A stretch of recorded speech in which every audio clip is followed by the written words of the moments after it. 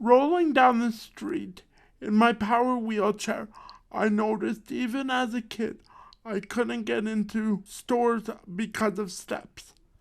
As I got older, my parents couldn't bump me up the steps as easily as they used to.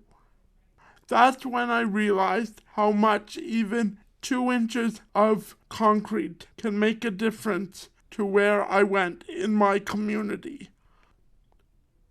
When I got to Toronto, I thought it would be different and there would be ramps everywhere because it was the big city. When I realized is most of the people don't even know there is a barrier. Even newer buildings create the Victorian era steps that still keep me out. Whether the building was built in 1880 or 1980, you still find steps. I was so excited coming to the city and thought I'd be able to even access bars and clubs, but these places are some of the worst for accessibility. It's like they believe people in wheelchairs don't want a taste of the real nightlife.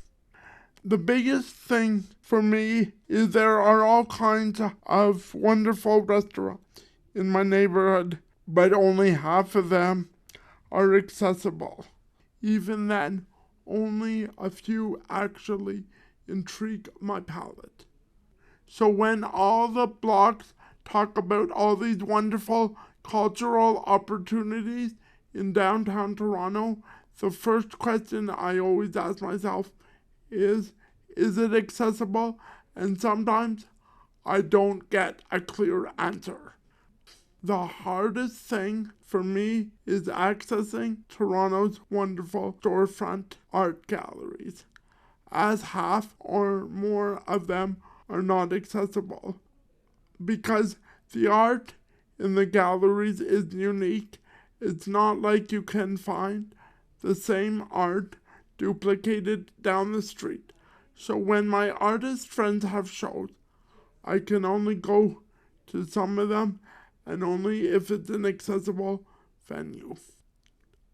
Even when the topic of accessibility is brought up to these businesses, the number one reply when you mention that their place is inaccessible is usually it's never been a concern for us because none of our customers are in wheelchairs. And that's because if you can't get in, we're not actually counted as customers. There is an easy solution when it comes to just one step: Stopgap. They provide portable ramps that can be used to make your establishment more accessible. Stopgap is not a permanent solution, but at least it provides an option instead of zero accessibility. I don't have the answers for fixing these issues I mentioned here, but I do believe that if we work creatively, disabled and non-disabled alike, we can come together and make the community more accessible.